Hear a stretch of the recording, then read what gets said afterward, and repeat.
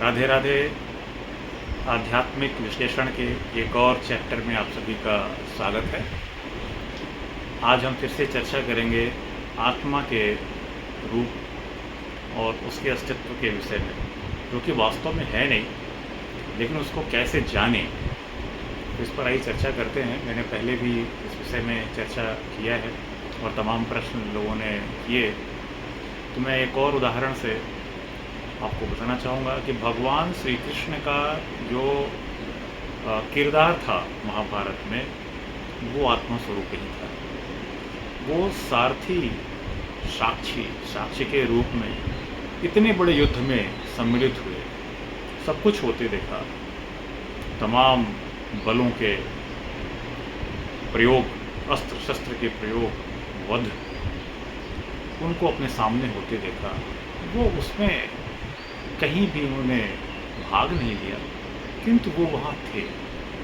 ऐसा ही स्वरूप आत्मा का भी है, जो कि सारी क्रियाओं को होता हुआ देखता है, साक्षी भाव से वो वहाँ पर रहता है। उसके रहे बगैर कोई भी क्रियाकलाप संभव नहीं है। कोई भी भौतिक क्रियाकलाप, कोई जो माया और इंद्रिय जनित, जो ये इंद्रलोक और तमाम चीज़ें हम देखते हैं, वो संभव नहीं है जब तक कि आत्मा वहाँ साक्षी भाव से उपस्थित ना हो। एक और उदाहरण मैं देना चाहूँगा पानी का। पानी में आप नमक मिला दीजिए, नमकीन हो जाता है। शक्कर मिला दीजिए, मीठा हो जाता है। उसमें अपशिष्ट मिला दीजिए तो कचरा हो जाता है और दूषित हो जाता है। पानी ना हो तो ये सब कुछ होना संभव नहीं है।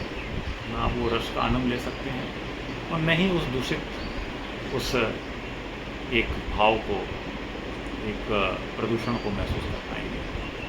ये सब कुछ महसूस करने के लिए पानी का होना ज़रूरी है। उसी प्रकार सारी क्रियाकलापों को घटित होने के लिए आत्मा का साक्षी भाव में होना अनिवार्य है। तो इस तरह से मैं आपको फिर से यह बता पाने में शायद सफल हुआ हूँ कि आत्मा श्री कृष्ण के रूप से परिलक्षित होता है, क्योंकि उन्होंने सारी क्रियाकलापों को होता हुआ युद्ध में देखा।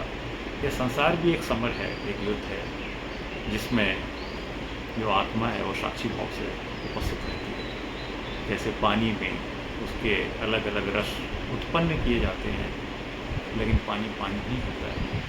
वैसे ही आत्मा है, वह किसी भी क्रियाकलाप में साथ नहीं देती, भाग नहीं लेती, लेकिन वो होती है। आखिर में मैं कुछ पंक्तियाँ कहना चाहूँगा